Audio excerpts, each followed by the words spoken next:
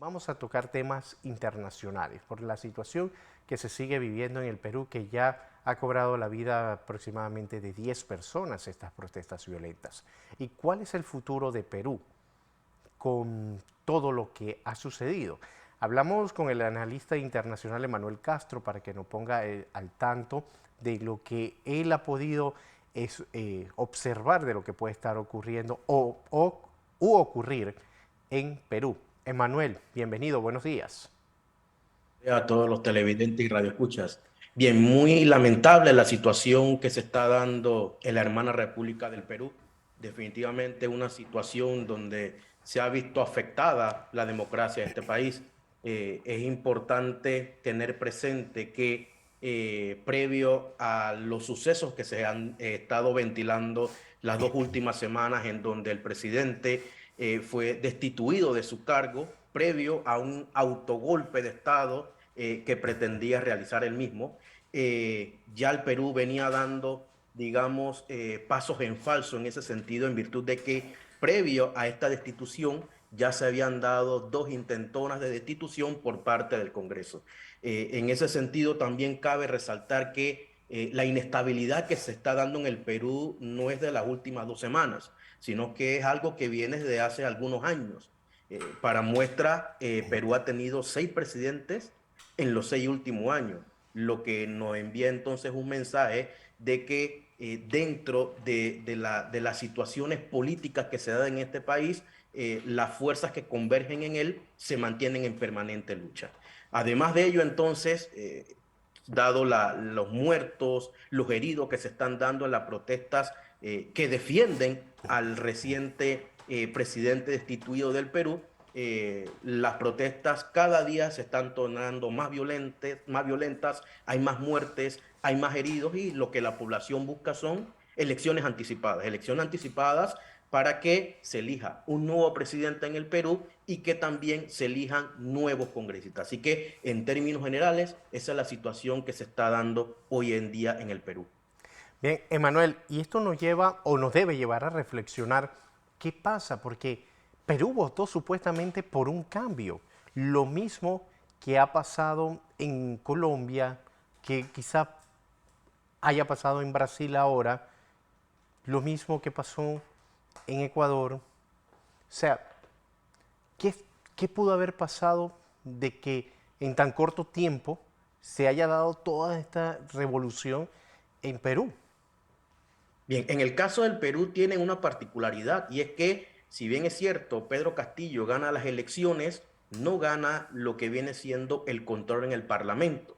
Entonces, al revisar la Constitución del Perú, tiene un artículo en donde habla de la vacancia del presidente y entre estas causales para declarar vacante un presidente o para nosotros lo que vendría siendo destituir a un presidente, se incluye una frase en la cual el Congreso podrá destituir o vacar al presidente por incapacidad moral o física. Y ha sido el fundamento legal que en los últimos 6 años ha utilizado el Parlamento del Perú para destituir al presidente. Si bien es cierto, podemos encontrar similitud entre los nuevos gobiernos elegidos en Sudamérica, la izquierda en Colombia, recientemente la izquierda en la Argentina, como Lula da Silva gana las elecciones en el Brasil, hay una nueva corriente de izquierda tomándose los gobiernos. Sin embargo, la particularidad del Perú no va precisamente por Pedro Castillo ser de izquierda,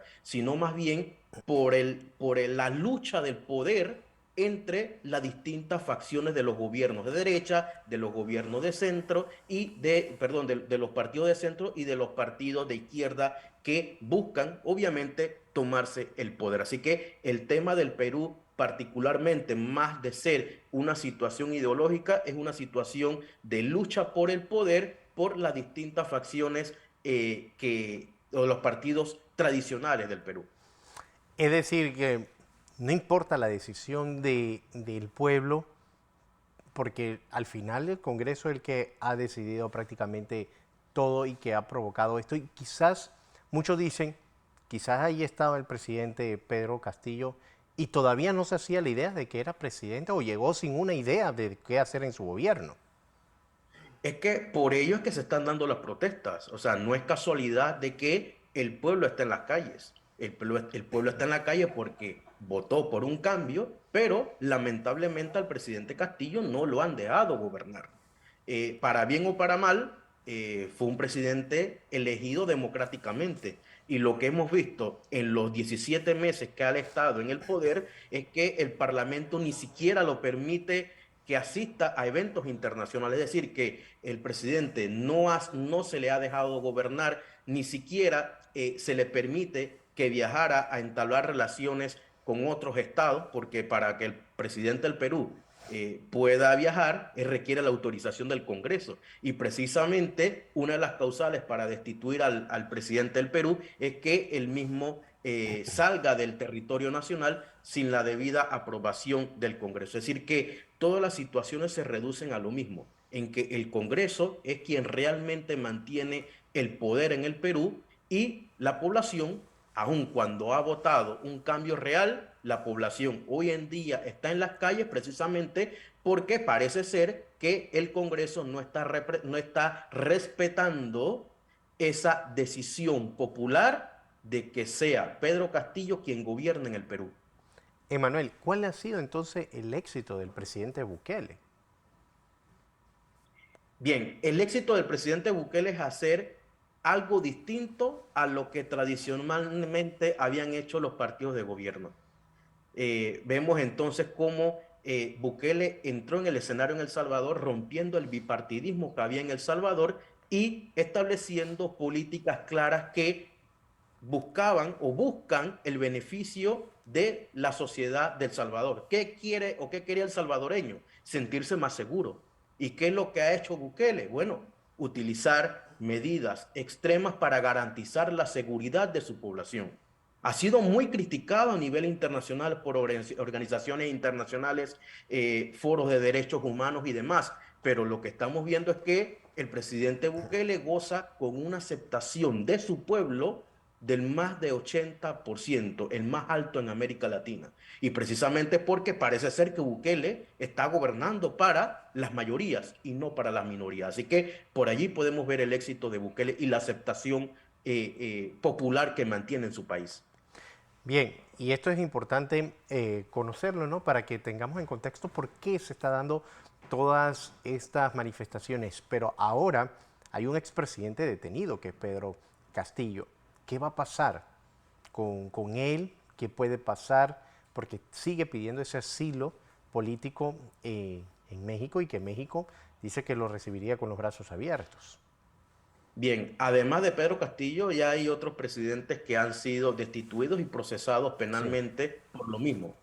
Podemos hablar de Vizcarra, el propio Alberto Fujimori, que aún se mantiene detenido y precisamente es por ello, por haber sido destituido por el Congreso por supuestos autogolpes. La semana pasada fue el presidente Castillo llevado a juicio y un presidente declaró o dictaminó que el mismo debe mantenerse en detención preventiva por 18 meses. Es decir, que desde ya se sabe que el presidente Pedro Castillo va a estar un año y medio detenido hasta que duren las investigaciones y sea entonces sea procesado penalmente por el delito de rebelión. Así que lo que le espera al presidente Castillo es enfrentar un proceso penal por rebelión.